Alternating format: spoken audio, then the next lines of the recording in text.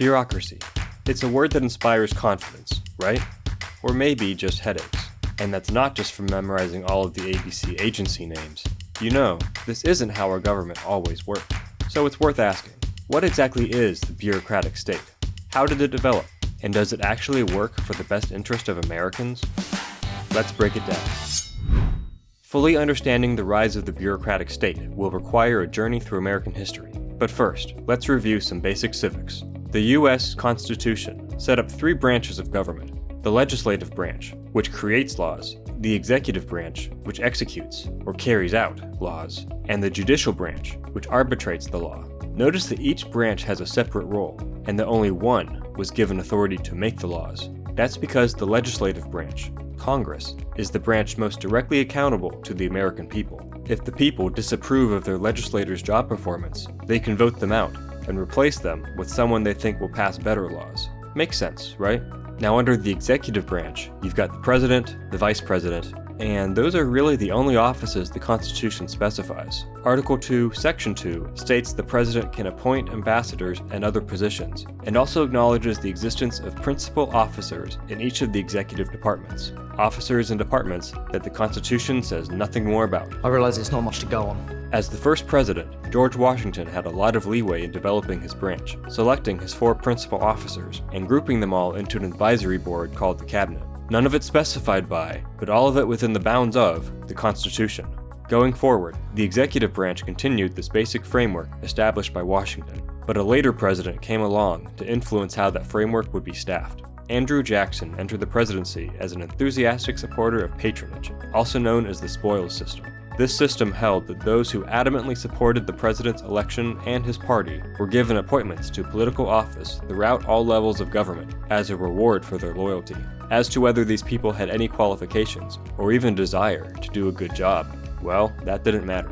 Of course, the agreement included the appointees paying part of their salary to the political party enabling them. Because what use is investing in corruption if you don't get some of your money back? While Jackson was by no means the first president to utilize the spoils system, he was the one to institutionalize it, and the executive branch proved a fruitful place to find cushy jobs for anyone sufficiently loyal to the president and his party. This method of staffing would remain the norm for the next 50 years, until the Republican Party became divided over the practice. In 1880, the Republicans nominated James Garfield for the presidency, a man who moderately opposed the spoils system. To ease the other side, Chester A. Arthur was selected for vice president, a low-level bureaucrat who owed his only government position to the spoils system. Their ticket won, but within months, President Garfield wound up assassinated. The killer, Charles Guiteau, was a firm believer in the spoils system, and considering himself critical to Garfield's election, thought he was entitled to a government job.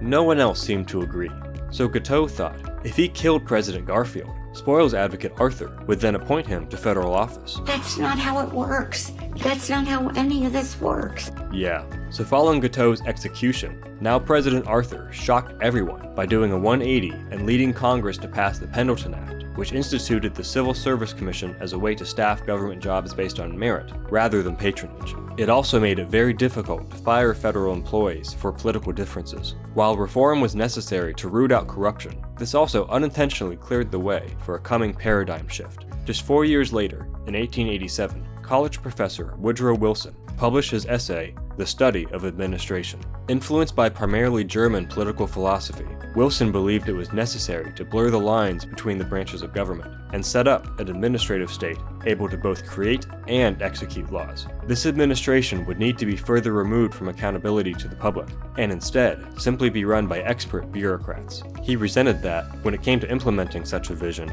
flaws in our Constitution delayed us. While Professor Woodrow Wilson's writings didn't show much immediate impact, nearly 30 years later, they would prove to be very influential on President Woodrow Wilson. Under an ideology he coined New Freedom, President Wilson began to grow his bureaucratic state within the developed framework of the executive branch, while the country focused on World War I. While the following Republican presidencies of Harding and Coolidge held back further growth of the new bureaucracy, in 1928, the Supreme Court dealt a major blow to the separation of powers by severely weakening the Nondelegation Doctrine, a doctrine holding that the legislature could not hand over its defined duties to another branch, or vice versa. Guess we don't need this anymore. Now, all the pieces were in place to allow for a dramatic expansion of the executive branch. All that was required was a crisis, something like a Great Depression. With Americans desperate for relief, President Franklin Roosevelt was free to truly realize the Wilsonian vision of an administrative state, adding over 40 executive agencies to his regime. All of a sudden, it was unelected bureaucrats creating policy and setting the direction for the country, rather than the people's elected representatives. Not all of FDR's agencies still exist. Some merged, and some went away, but plenty more have risen to take their place. The Administrative Procedure Act of 1946 proved to be a double-edged sword. On the one side, it codified a requirement that agencies must collect public comments before deciding to move forward on policy. But on the other side, it cemented the bureaucratic state within the operations of the government. And following the 1984 Supreme Court case, Chevron v. Natural Resources Defense Council, the bureaucratic state has been granted virtually unchecked authority in pursuing its agenda. The bureaucrats are in charge now. This bureaucratic system has severed the relationship of accountability between the government and the governed. It's actually really convenient for members of Congress. They can pass legislation giving broad, vague directives, and then leave it up to a given agency or department to make up the specifics. These are called regulations. It's great for the legislator, because if the regulations aren't popular, well, they didn't do it. Blame the faceless bureaucratic agency that neither you nor your representative can vote out. But it's the executive branch, so maybe, if you vote in a new president, you can change that agency, right? Wrong. The president can typically appoint the head of an agency or department, and the people under that. Maybe even the people under that. But eventually in the org chart, you'll start reaching career bureaucrats who were there before these new appointees and will be there after. Broadly speaking, many apply for these jobs because they believe in government as the solution and aren't about to let the new guy at the top interfere with that. So some will ignore directions and obstruct changes. Want to stop them? Too bad. Take the Pendleton Act's well-meaning protections against firing for political purposes and combine it with the powerful federal public sector unions that will fight ruthlessly to protect all their members, and you've got a recipe for safe, entrenched bureaucrats, free to pursue their own agendas. Wonder why the government never shrinks? Well, here's your answer. Woodrow Wilson genuinely believed that if you made a bureaucrat secure and comfortable in his position, removed from accountability to the public or politicians, such a person would be enabled to devote their focus to the good of the American people. But history has proven him wrong. As President Calvin Coolidge warned, unless bureaucracy is constantly resisted, it breaks down representative government and overwhelms democracy. It is the one element in our institutions that sets up the pretense of having authority over everybody and being responsible to nobody.